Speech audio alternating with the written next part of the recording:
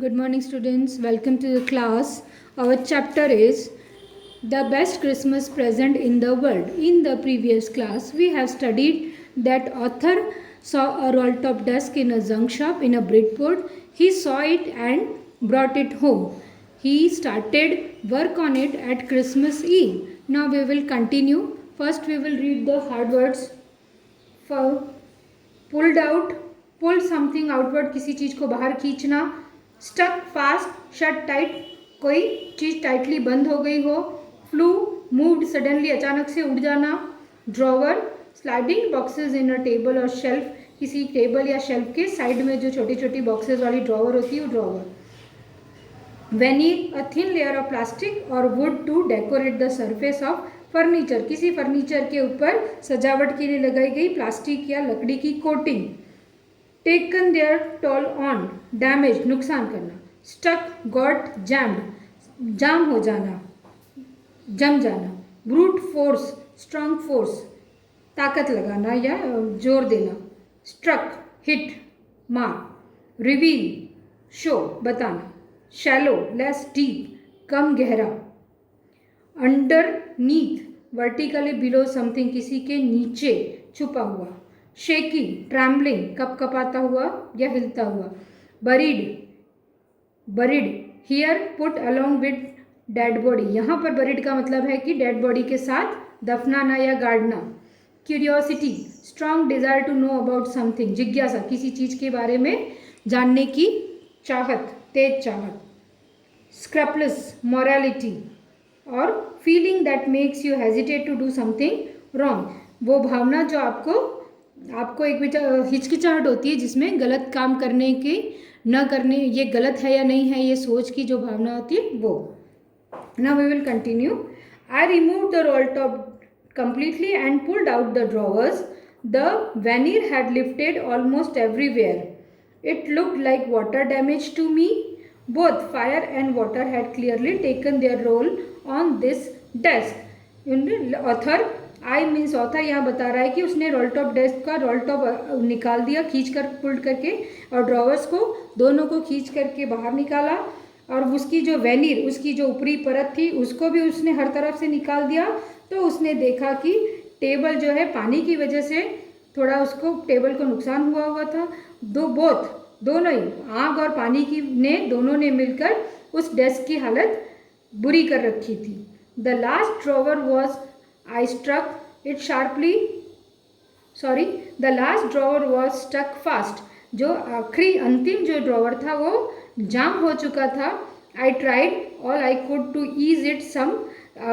Ease it out gently, मैंने इसको सारी कोशिशें कर ली जिससे कि मैं उसको आराम से निकाल सकूं. In the and I used brute force, पर आखिर में मुझे उस पर अपना जोर आजमाना पड़ा. मैंने फोर्स लगा के उसको जोर लगा के खींचा. I struck it sharply with the side of my fist and the drawer flew open to reveal a shallow space underneath. मैंने उसको अपने हाथ से उसको हल्का सा मारा और उसको जोर देकर खींचा. तब जब वो ड्रॉवर ओपन हुआ तो मैंने उसके नीचे देखा कि वहाँ पर एक अंडरनीथ एक सीक्रेट ड्रॉवर, एक छुपी हुई दराज थी वहाँ पर. There was something in there, वहाँ पर उसके अंदर कुछ था. I reached in and took out a small black tin box, मैंने वहाँ तक पहुँच करके निकाला तो वहाँ पर से एक काले कलर का टिन बॉक्स यानी लोहे का बॉक्स निकला. Sellotape to the top of it was a piece of lined note paper and written on it in shaky handwriting. उस बॉक्स के ऊपर टेप से लगाया हुआ एक कागज़ था जिस पर कुछ लिखा हुआ था कागज़ पर, जो ऐसा लग रहा था कि कांपते हाथों से लिखा गया हो उसको. जिम्स लास्ट लेटर, उस रिसीव्ड जनवरी 25, 1915, उस पर कांपते हाथों से लिखा हुआ था कि जिम से प्राप्त किया हुआ अंतिम पत्र जो कि उसने 25 जनवरी 1915 को प्राप्त किया था. To be buried with me when the time comes, जिसको कि मेरे साथ दफनाया जाए जब समय आ जाए, यानी जब जिसने भी लिखा था उसको दफनाया जाए तो उस लेटर को भी उसके साथ दफनाया जाए. I knew as I did it that it was wrong of me to open the box. मैं जानता था कि ये मेरे लिए गलत था कि मैं उस बॉक्स को खोलूं, but curiosity got the better of my scrapers it usually does. लेकिन जो मेरी जिज्ञासा थी वो मेरी उस हिचक के ऊपर या सही गलत करने की भावना के ऊपर भारी पड़ गई और मैंने उसको खोला, जो कि मैं ज़्यादातर ऐसा कभी करता नहीं हूँ, पर उस दिन मेरी जिज्ञासा ने मुझे ऐसा करने पर मजबूर कर दिया। Inside the box there was an envelope, box के अंदर एक एनवलप, एक लिफाफा था। द एड्रेस रीड, मैंने जब एड्रेस पढ़ा तो उस पर लिखा हुआ था मिसेस जिंग McPherson, 12 copper beaches, Bridport, Dorset. उस पर एड्रेस लिखा हुआ था मिसेस जिम मैकपर्सन का, जो कि ब्रिडपोर्ट की ब्रिचेज में, ब्रिडपोर्ट के डॉर्सेट के ब्रिडपोर्ट इलाके में रहती थी। I took out the letter and unfolded it, मैंने वो पत्र बाहर निकाला, लेटर बाहर निकाला और उसको खोला। It was written in pencil and dated at the top December 26, 1940। मैं उसके ऊपर पेंसिल से लिखा हुआ था और पत्र की तारीख दी गई थी 26 दिसंबर 1914। लेटर था, dear Connie, I write to you in a much happier frame of mind because something wonderful just had happened that I must really tell you about at once. प्यारी कैनी, I want to tell you, मैं तुम्हें बताना चाहता हूँ।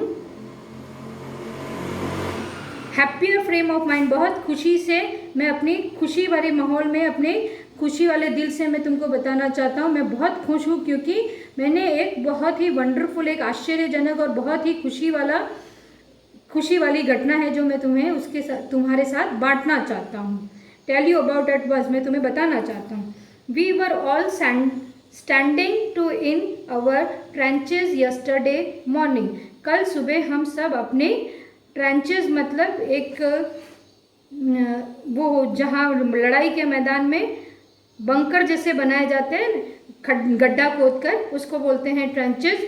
वो बता रहा है कि हम कल सब अपने अपने ट्रेंचेस में वहाँ पर खड़े हुए थे क्रिसमस की दिन सुबह पर। It was crisp and quiet all about, सब तरफ से शांति थी और as beautiful a morning as I have ever seen, और सुबह इतनी खूबसूरत थी कि मैंने कभी पहले ऐसी खूबसूरत सुबह नहीं देखी थी। As cold and frosty as a Christmas morning should be, उतनी ही ठंडी, जमा देने वाली, बर्फ़ की तरह जमा देने वाली ठंडी सुबह थी जैसे कि क्रिसमस की ईव पर होनी चाहिए। I should like to be able to tell you that we began it, मैं तुम्हें ये बताना चाह रहा हूँ ये कि but the truth I am ashamed to say, लेकिन सच ये है कि मुझे शर्म आ रही है ये बताते हुए, शर्मिंदा हूँ मैं, is that Fritz began it first.